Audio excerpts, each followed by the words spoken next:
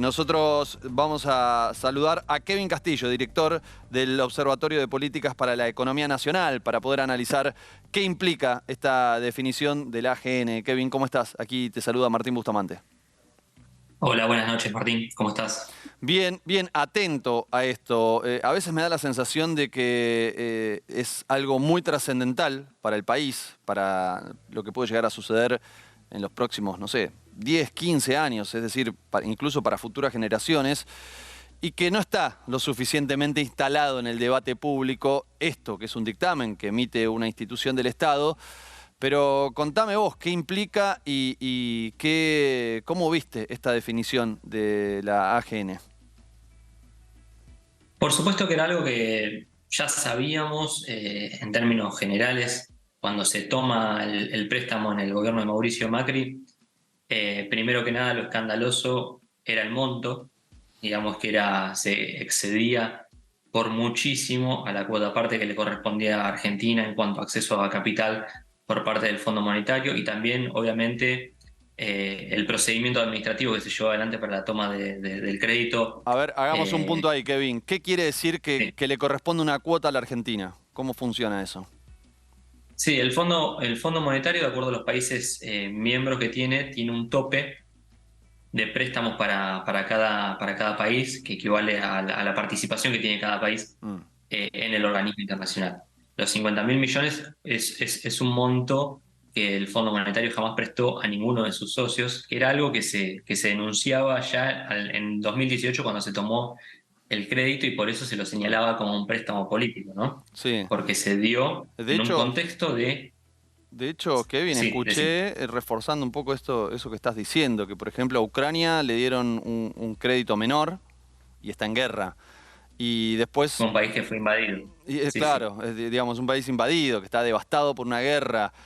Y después, cuando estuve preparando para el lunes pasado la columna sobre las elecciones de Turquía, veía que los daños son por el terremoto, el terrible terremoto que tuvo 20.000 muertos, son daños por 30.000 millones de dólares.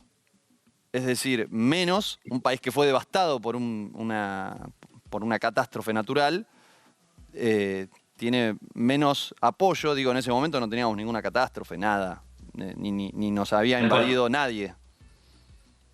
Sí, es clarísimo que el informe de la Auditoría General de la Nación viene a echar luz sobre ese crédito a nivel, digamos, institucional, pero recuerdo que en 2018 discutíamos ya en 2018 sobre la legalidad de este acuerdo y bueno, justamente el informe de la auditoría viene a reafirmar, digamos, lo que ya se discutía, que era esto, ¿no? Un Hmm, préstamo de carácter de tinte político sí.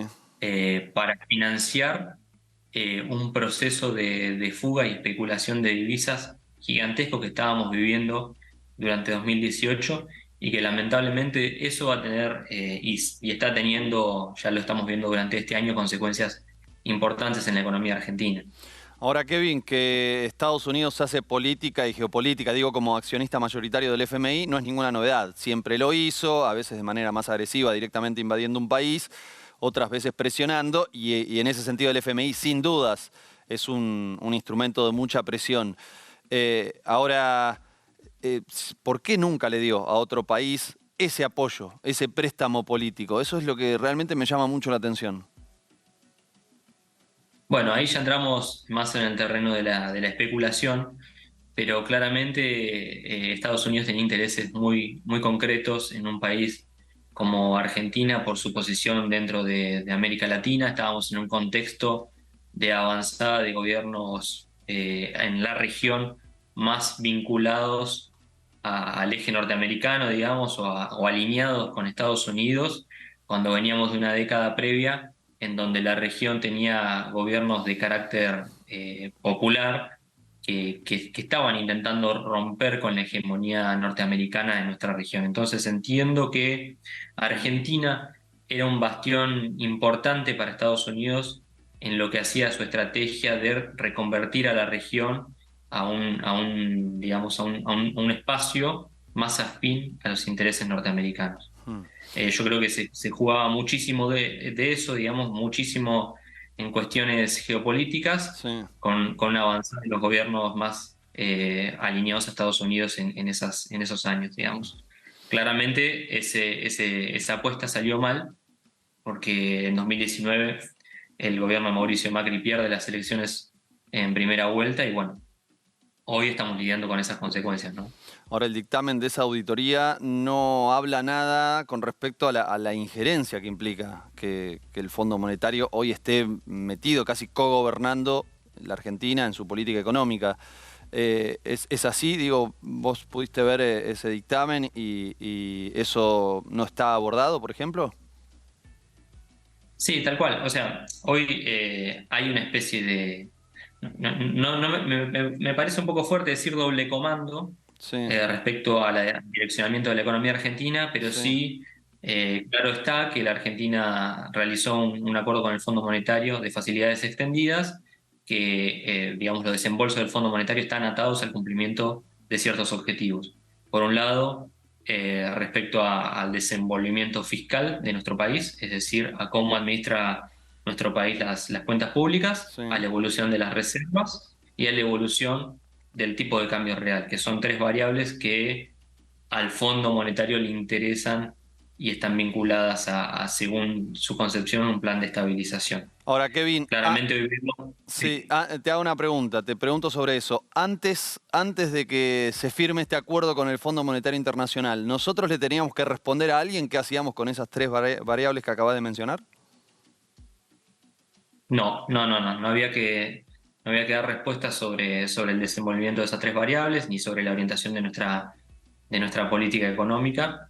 Claro está que el acuerdo que actualmente cursamos con el Fondo Monetario no tiene las características históricas que han tenido los acuerdos que ha firmado el fondo con diferentes países a lo largo del mundo. Ajá, ¿cómo es eso? De hecho, de hecho, durante este año ya venimos incumpliendo buena parte de las metas planteadas y por el momento el Fondo Monetario no se muestra, digamos, dispuesto a hacer caer el programa. Y esto yo creo que es porque hay algún tipo de flexibilidad que durante programas en décadas previas no ha existido y que eso en este año que estamos atravesando, que atravesamos una sequía fuertísima durante el año pasado que Sí. impactó en las exportaciones del agro y en la acumulación de reservas, bueno, claramente estamos viendo que hay cierta flexibilidad, quizás no la flexibilidad que nos gustaría, pero no es un acuerdo clásico eh, del Fondo Monetario, sino que tiene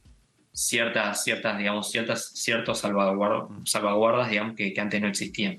Más allá de eso, claro está, eh, hay que cumplir con las metas de revisión y si no, claramente es ir apretando la soga al cuello Mm, conforme pasan los trimestres, mm, claro. obviamente. Y ahora estamos a la expectativa de que llegue este monto, creo que son unos 10.000 millones de dólares, que se adelante, ¿no? Sí, Los sí. montos que tiene que transferir, que son como agua en el desierto para el gobierno, digo, y para todos nosotros, en definitiva, porque Bueno, frente... claramente eso habla de la flexibilidad del acuerdo Sí, porque no estaba apuntado eso y responde un poco a la coyuntura adversa que vivimos en referencia a la sequía. Claro está que a nadie le gusta tener un acuerdo con el Fondo Monetario y menos por los motivos por los cuales lo hicimos, ¿no? mm. Para financiar una campaña electoral y para financiar la fuga indiscriminada de divisas, claro está que a nadie le gusta y que hubiera sido deseable no haber vuelto al Fondo Monetario. Ah, Hoy en la coyuntura que atravesamos, lamentablemente, sí. estamos en esta situación. Ahí lo estamos viendo al expresidente Mauricio Macri. Me acuerdo cuando contrajo este acuerdo, que vino la ex titular del Fondo Monetario Internacional, que dijo, todos nos vamos a enamorar de ella, ¿no? De Christine Lagarde. Y dijo que el acuerdo era maravilloso, que era muy bueno volver a tener un acuerdo con el Fondo Monetario Internacional. Cuando cambia el gobierno, gana Alberto Fernández, comienza la discusión. Empezaron desde el equipo económico en ese entonces, de Martín Guzmán, a decir que había un cambio en el fondo, que el fondo había cambiado, también cambió su directora, ¿no? Vino Cristalina Georgieva. Y te escucho a vos y pareciera ser que es cierto, digamos, como que tenés la misma interpretación en algún sentido, que el fondo cambió, que ya no tiene esa rigurosidad, esa ortodoxia que tenía en los años 90. ¿Es así? Sí, yo creo que no tiene la rigurosidad de los años 90.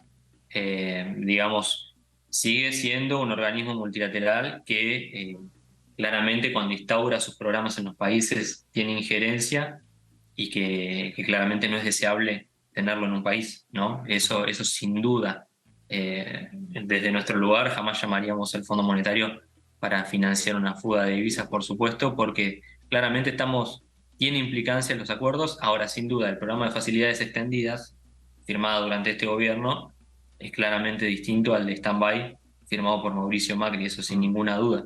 El pago de vencimiento de deuda era mucho más exigente con el programa de Mauricio Macri, y en ese sentido se ha logrado una mejora. Ahora, bueno, eh, sí, por más de que ellos hayan flexibilizado normas y demás, sigue siendo un Ujú. organismo a nivel internacional que claramente eh, tiene consecuencias sobre los países en los que interviene, sin duda, y obviamente uno está en contra de la aparición de estos organismos Sí. en la autonomía de los países, ¿no? Ahora la vicepresidenta es muy crítica y el ex presidente Sí. del bloque de diputados del Frente de Todos, Máximo Kirchner, también han sido muy críticos. De hecho, él renunció justamente porque no está de acuerdo, votó en contra del acuerdo. ¿Coincidís con Sí, sí, por con las supuesto. críticas que hacen ellos? Sí, sí, existen críticas que son sumamente interesantes. Yo creo que hoy el acuerdo del fondo de cara a los años que vienen merece ser rediscutido Ujú. por la situación macroeconómica que atraviesa nuestro país. Eh, Creo que el impacto de la sequía, el impacto que seguimos viviendo de la pandemia y demás, obliga a nuestro país a sentarse a discutir nuevamente con el Fondo Monetario para ver cómo reestructurar ese acuerdo. También hay posturas que promueven, digamos, la cancelación de ese acuerdo, es decir, no pagarle al Fondo Monetario. Está claro que eso tiene sus implicancias a nivel país, que es que, digamos, echar por la borda el acuerdo Sí. implica dejar de recibir financiamiento de organismos internacionales multilaterales como el BID, el Banco Mundial y demás, y también obliga a que el Estado comience a financiar su déficit por motu propio, digamos. Es decir, a nivel interno, los acreedores en moneda nacional también creo que se verían, eh, digamos, estimulados a no continuar prestándole al gobierno para financiar su déficit, y eso ahí es un problema para el Estado Nacional, digamos, Ujú. cómo financiar el déficit fiscal, que hoy es elevado y que es necesario financiar justamente para cubrir la operatoria Claro. mensual del gobierno nacional. O sea, echar por la borda el acuerdo con el Fondo Monetario requiere una serie de condiciones que el país tiene que estar dispuesto a afrontar para que eso sea sustentable, ¿no? Kevin, ¿qué pensás del argumento del macrismo, de Juntos por el Cambio, incluso de los integrantes de la auditoría que votaron en contra, o sea, que no apoyaron este dictamen? Ellos dicen que se contrajo deuda con el Fondo Monetario Internacional para cubrir deuda que había dejado el gobierno de la expresidenta Cristina Fernández de Kirchner, que además se contrajo a una tasa más baja, que resultó en ese sentido conveniente hacer un acuerdo con el Fondo Monetario Internacional, y además dicen que este gobierno, el gobierno actual del presidente Alberto Fernández, se endeudó mucho más incluso que el gobierno de Mauricio Macri. A ver, yo lo que creo es que los números son sumamente claros. Buena parte del acuerdo con el Fondo Monetario fue para financiar la fuga de divisas. Se utilizaron reservas para defender un tipo de cambio en la cercanía de las elecciones, el cual no pudo ser defendido, porque recuerden, luego de las PASO hay una disparada del dólar oficial que no pudo ser contenido con las reservas, es decir, terminamos en el peor de los mundos, agotando reservas fueron engrosadas por ese acuerdo y además devaluando el tipo de cambio. Entonces, en ese sentido, el acuerdo fue un fracaso por parte del gobierno de Mauricio Macri porque no permitió estabilizar el tipo de cambio, no permitió estabilizar la inflación y no permitió engrosar reservas. Hmm. Es muy claro que fue a financiar fuga. Entonces, bueno, es evidente igual que los sectores vinculados a Juntos por el Cambio no van a acordar con ese informe de la auditoría porque claramente muestra una realidad que es adversa a la coalición de Juntos por el Cambio, ¿no? Pero la realidad es que los números muestran que mucho de eso fue a financiar fuga de divisas. ¿Y con respecto al endeudamiento de este gobierno? El gobierno nacional adoptó la estrategia de financiar su déficit vía endeudamiento. Eh, el- el- la cuestión ahí es que hay que aclarar que fue principalmente en moneda nacional, Ujú. que eso, si bien durante el último año la renovación de la deuda en moneda nacional ha tenido algún componente indexado o vinculado a la evolución del dólar, lo cual eso es bastante negativo, claramente no es lo mismo endeudarse en moneda nacional que en moneda extranjera. Mm. El acuerdo de facilidades extendidas, que fue una reestructuración del acuerdo del Fondo Monetario, Sí. es claramente eso, para volver a rediscutir el acuerdo principal, digamos, que se llevó adelante en 2018. Entonces, en ese sentido, pudo haber existido un endeudamiento importante por parte del gobierno nacional, Mm. pero principalmente fue dado en moneda nacional y con acreedores nacionales. Kevin, por último, lo decíamos recién, el gobierno necesita que el FMI adelante estos desembolsos por la crisis que generó la sequía, pero claro, me imagino que el fondo, y sobre todo Estados Unidos como accionista mayoritario del fondo, va a pedir algo a cambio. No te voy a preguntar qué va a pedir, porque me imagino que no lo sabés, no estás ahí en el despacho de Joe Biden, pero sí te puedo preguntar, ¿qué pensás que nos puede llegar a pedir Estados Unidos a cambio? Primero que nada, yo creo que lo que nos puede pedir es un refuerzo de las metas, es decir, ser más estricto con la meta fiscal y la meta de reservas y el tipo de cambio. Es posible que pidan un incremento del tipo de cambio, de la devaluación, como para, según su óptica, ordenar la macroeconomía, es decir, una aceleración del programa que actualmente tenemos. Hmm. Eso puede llegar a darse. Lo otro que puede llegar a darse es que no se dé ese adelanto. Nosotros lo que creemos del Observatorio de Políticas para la Economía Nacional es que el Sí. Fondo Monetario está esperando a la asunción del nuevo gobierno para sentarse a discutir el programa. Eh, entonces, en caso de llegar a desembolsar esos 10.000 millones de dólares, Ujú. seguramente se haga con condiciones que refuercen las metas que actualmente tenemos eh, y esperar al próximo gobierno, a los resultados de las PASO para ver cuál podría llegar a ser el próximo gobierno para sentarse a discutir directamente con ellos. ¿Y cómo tiramos sin ese dinero hasta que asuma el nuevo gobierno? Bueno, eso es una ecuación muy complicada porque la realidad es que si no hubiera existido la sequía que impactó fuertemente contra el ingreso de divisas, Sí. estaríamos hablando de otra coyuntura completamente distinta. Sin embargo, estamos hablando de casi 20.000 millones de dólares, que es aproximadamente un 25% de nuestras exportaciones. Es una barbaridad. Hoy por hoy lo que está haciendo el gobierno es intentar aguantar, tratar de no generar una devaluación del tipo de cambio, lo cual podría ser inflacionario, recesivo y empobrecedor.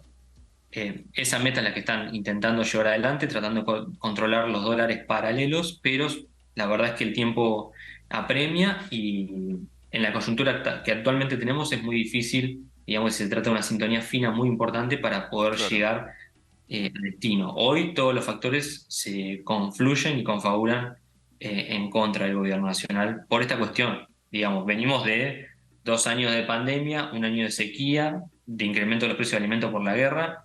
Es decir, estos 4 años no han sido nada sencillos y este año se materializan todos los males, digamos. Es como una Mm. especie de que se juntaron todas las plagas y bueno, hoy por hoy estamos en una vulnerabilidad macroeconómica y fragilidad a la que le vendrían muy bien esos 10.000 millones de dólares, pero bueno, hay que esperar a ver qué lleva adelante, qué programa lleva adelante el gobierno para los próximos meses. Por el momento están evitando una devaluación del tipo de cambio. Claro. Bueno, claro, y me imagino que cuando vemos algunos aumentos de precios es como que se están adelantando a eso, que efectivamente puede haber una devaluación brusca y ya se van adelantando, sobre todo en alimentos, en textiles, en prendas de vestir, tal como vimos en el IPC de mayo, de abril. Te agradecemos Sí, sí, tal muchísimo. cual. Dale, cerrá, Kevin. No, no, tal cual, la evolución y el incremento de los precios hoy es el principal causal del incremento de la pobreza, ¿no? Porque la evolución de la canasta básica alimentaria y la canasta básica total, que están por encima de la inflación general, que están por encima de los salarios, es lo que hoy condena a millones de personas a estar por debajo de la línea de la pobreza. Entonces, en ese sentido, el problema de la inflación resulta apremiante y un programa de gobierno para los próximos años tiene que tener en Claro. cuenta la estabilización de la inflación sin duda. Muchas gracias. A vos, Kevin, un abrazo grande.